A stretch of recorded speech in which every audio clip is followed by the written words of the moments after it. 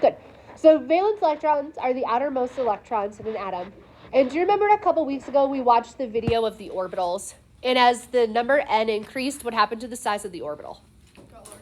Okay, it got larger. So then the valence electrons are going to be the electrons in the shell with the highest n value. And so the important piece of info on this side is really that second bullet point. So atoms with the same number of valence electrons are going to have similar chemical properties. So when we say elements are called families because they're in the same column because they behave similar, that's true, but the reason why they behave similar is because of this. Okay, so same number of valence electrons is going to have them behave similarly. So, yeah, I just want to talk a little bit more. So why are the valence electrons the one that we worry about? Okay, so again, where are valence electrons located? Outermost shell. Okay, outermost shell. So then if atoms are going to bond, which electrons are the ones that participate in that bonding? The valence ones, okay? So the reason why we care about the number of valence electrons is because those are the electrons that bond, okay?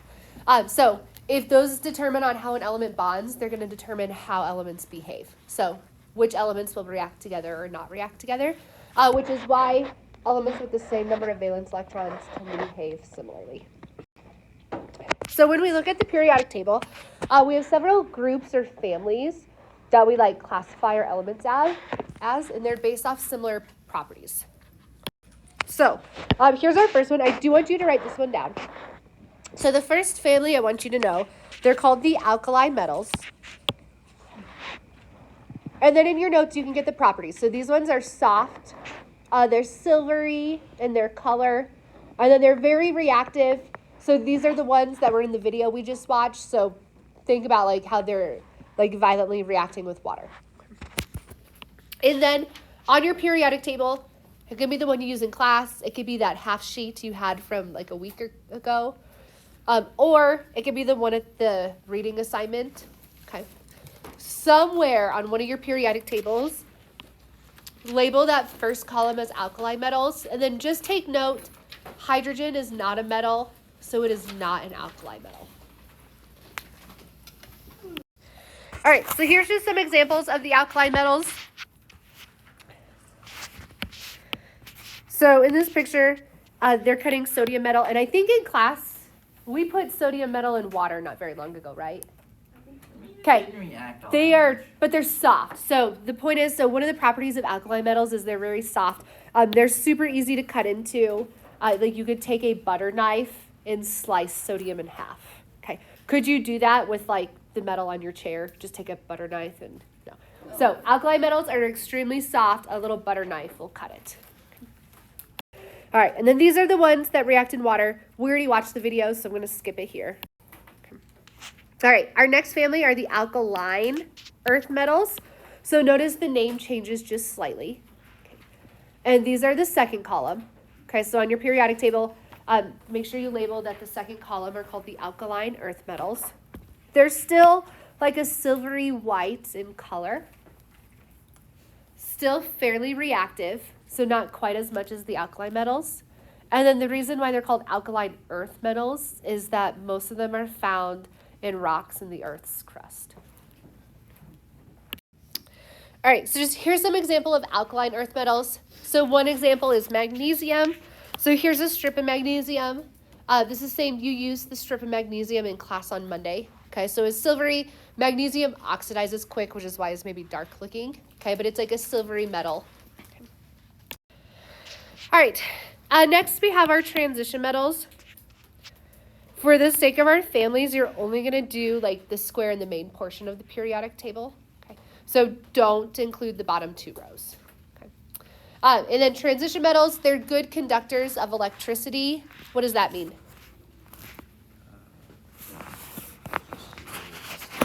So that means electricity can pass through them. They're malleable, which means that they can be hammered into sheets. And then they're also ductile. I'm going to add this in here.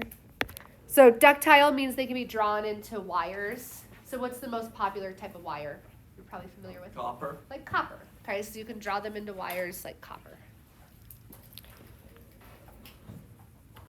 All right, here's just some pictures of our common transition metals. So like, what do we have in here?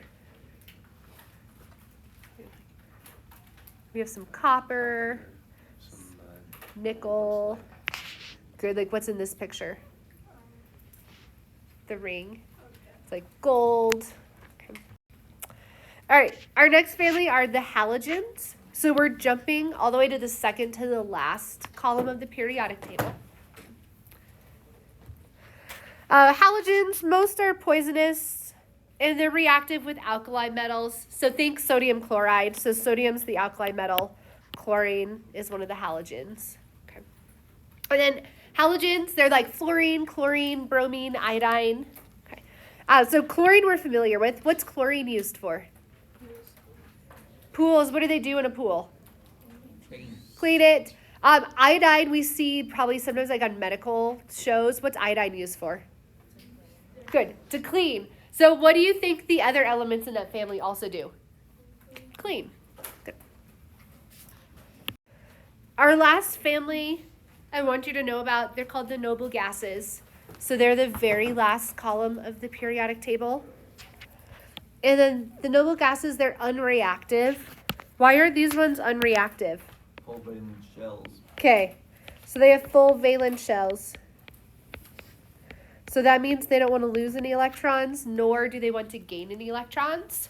So they don't want to react with anything. Okay. And then they're all gases at room temperature, which is why they're noble gases. All right, and then here's some examples of some noble gases in real life. So these are little jellyfish lamps made with noble gases.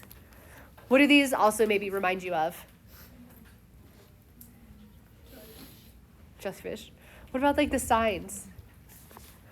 They make me think of like neon signs. Have you noticed like opened or closed signs on like businesses? Okay, it's like neon signs are filled with noble gases.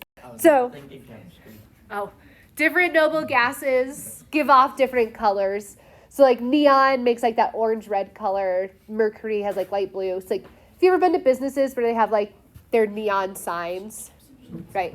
So the color depends. Just because we call them a neon sign doesn't necessarily mean neons inside it. It could be a different color or different noble gases to give different colors.